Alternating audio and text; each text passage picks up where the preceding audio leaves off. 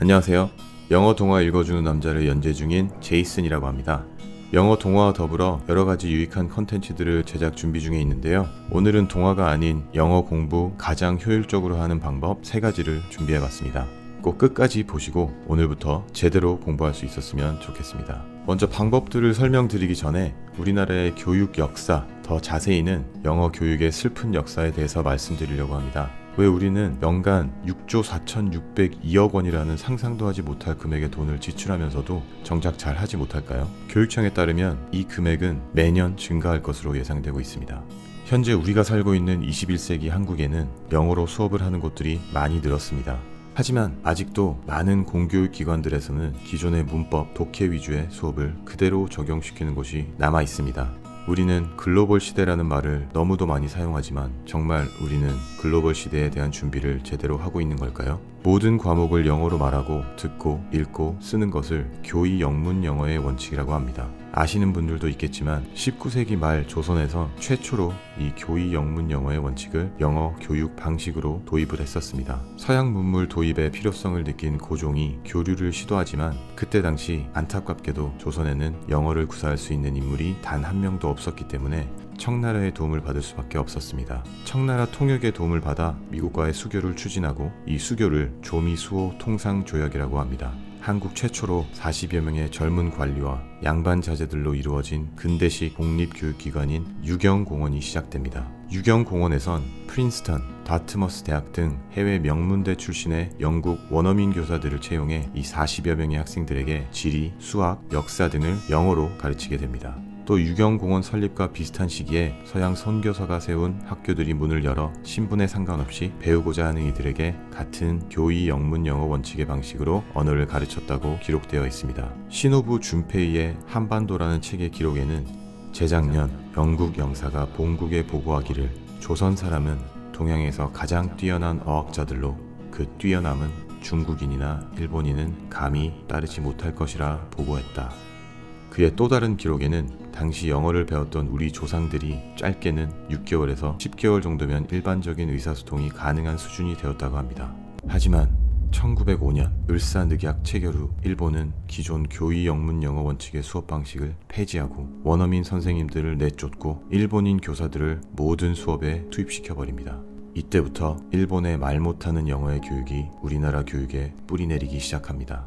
그리고 이 불행은 약 40여 년간 지속됩니다. 또 다른 기록은 얘기합니다. 일본인인 교사가 가르치는 영어 수업에선 제대로 된 회화를 익힐 수 없었고 문법과 독해 수업은 영어를 일본어로 번역하는 데 초점이 맞추어져 조선 학생들의 어학 능력은 빠르게 퇴보해 갔다. 하지만 더 슬픈 현실은 교육청에 따르면 매년 더 효율적인 교육정책을 연구 중이라고 하지만 이 말도 안 되는 교육체제가 2019년인 현재까지도 공교육에서 이루어지고 있습니다. 정말 답답한 일이 아닐 수 없죠. 이런 교육 방식은 정말 부끄러운 현실로 이어집니다. 2010년 서울에서 개최된 G20 서울 정상회의 폐막식에서 당시 미국의 대통령이었던 오바마 대통령이 연설 직후 한국인 기자단들에게 질문권을 줍니다. 그 결과는 참담하기 그지없습니다. 결국 질문권은 중국 기자에게 넘어갑니다. I feel obliged to take maybe one question from the Korean press, since you guys have been such excellent hosts. Anybody?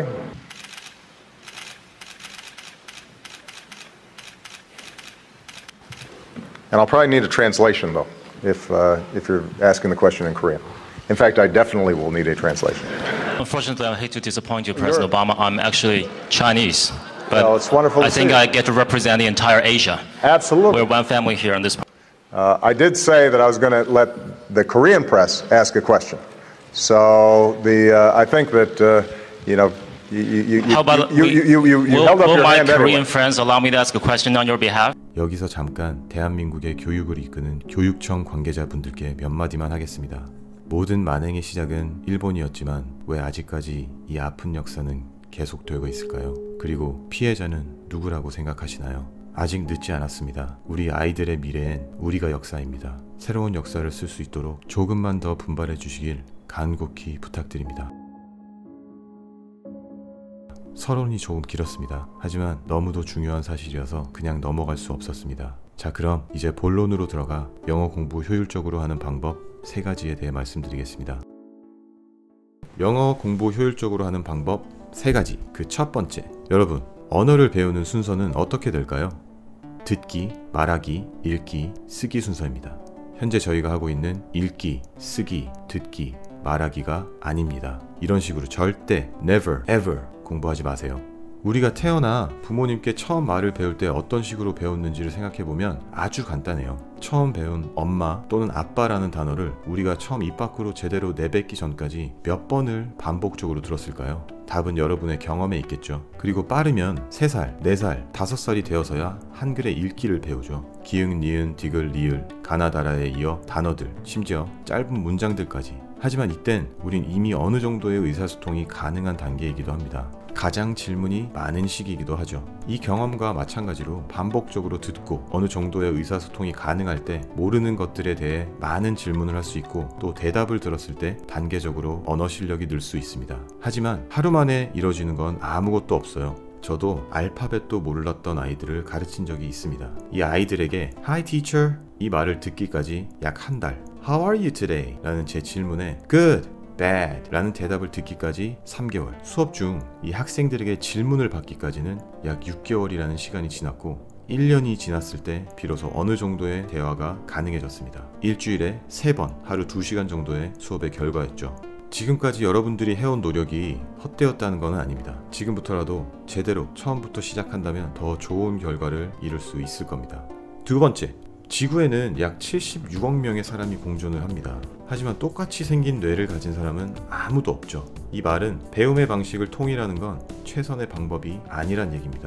물론 훌륭한 선생님들께선 학생들의 공통점을 최대한 연구하고 찾아내서 주어진 환경에서 최선을 다해 교육하시는 분도 많을 거라 생각해요. 우리나라 교육 방식의 일관성을 얘기하자면 또 교육청 관계자분 더 나아가서 정부까지 언급을 해야 하기 때문에 이 부분은 여러분들의 요청이 많다면 준비하도록 하겠습니다. 자, 거의 모든 사람은 오감이 존재를 합니다. 시각, 청각, 후각, 미각, 촉각 이렇게 5가지죠. 하지만 이 중에서 상대적으로 약한 감각들을 가지신 분들도 많겠죠. 보통 이런 경우에는 다른 감각들이 더 발달을 하게 되기도 합니다. 그리고 저희 뇌에는 해마라는 기관이 있습니다. 이 해마는 새로운 사실을 학습하고 기억하는 기능을 하는 아주 중요한 기관이죠. 다시 말해 이 오감 중에서 기억에 해당하는 해마와 가장 근접한 연결고리를 가진 감각들이 어딘가를 알아야 하겠죠. 그럼 학습하는 사람에 따라 어떤 방식이 가장 효과적이고 가장 오래 기억에 남는지가 달라진단 말이죠. 물론 반복은 필요합니다.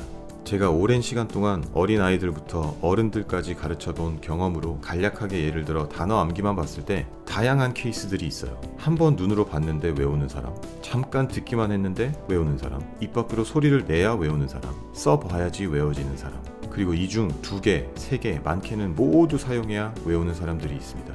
얼마나 오래 기억에 남는지도 개개인마다 차이가 있습니다. 그럼 우리가 첫 번째로 해야 할 숙제는 내가 어떤 감각들을 사용해야 내 해마에 가장 잘 저장이 되는지를 실험해 봐야겠죠. 보통 단기 기억 장치에는 이 감각들 하나만으로도 저장이 됩니다. 하지만 장기 기억 장치에 넣기 위해선 여러 감각들을 사용하고 반복적으로 해야 하는 게 일반적인 케이스입니다. 다시 말해서 여러분 중 같은 단어를 노트에 100번을 써도 외워지지 않는 분들도 있다는 말이겠죠. 자신만의 학습 스타일은 제가 말한 감각을 이용한 방법 말고도 너무 많이 존재합니다. 그중 기본이 되는 부분만 설명을 드린 거고 더 자세한 부분은 다음에 기회가 된다면 또 설명해 드리도록 하고 다음 방법으로 넘어가겠습니다.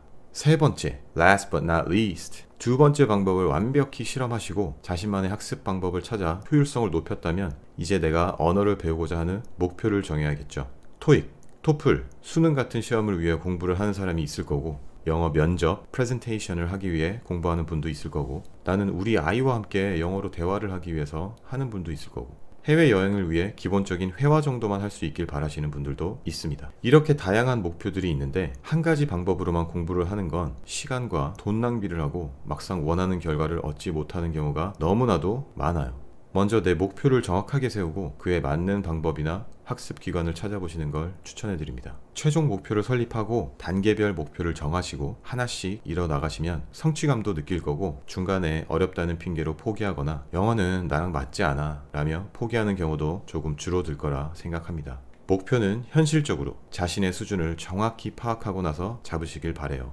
현재 너무 많은 교육 컨텐츠들이 존재해요. 유료든 무료든 어디에서든 쉽게 찾을 수가 있기 때문에 굳이 돈을 써야 더 제대로 더 확실히 배운다고 생각하지 않으셨으면 좋겠습니다. 모두가 다 다르기 때문에 독학이 낫다, 학원을 가, 이게 최고다, 저게 최고야 라는 말은 정작 나한테는 적용되지 않을 가능성이 훨씬 높습니다. 자, 그럼 오늘 언어를 배울 때 꼭 기억해야 할 3가지 방법을 말씀드렸는데, 마지막으로 당부드리고 싶은 건 제가 지금까지 말씀드린 모든 방법론에 관한 건 과학적인 사실과 제 15년간의 교육 경험을 바탕으로 한 의견임을 말씀드립니다. 다른 의견이나 더 좋은 방법을 갖고 계신 분들은 언제든 환영합니다. 그럼 3가지 방법 다시 한번 강조하고 마치겠습니다. 첫 번째, 언어 학습의 순서는 듣기, 말하기, 읽기, 쓰기이다. 두 번째, 오직 나에게만 적용되는 나만의 효율적 학습 방법을 찾아라. 세 번째, 정확한 목표를 가지고 들이대라. 자, 그럼 저는 다음 영상으로 돌아오겠습니다. 지금까지 시청해주신 여러분들, Thank you so much, and I hope to see you again. Good night.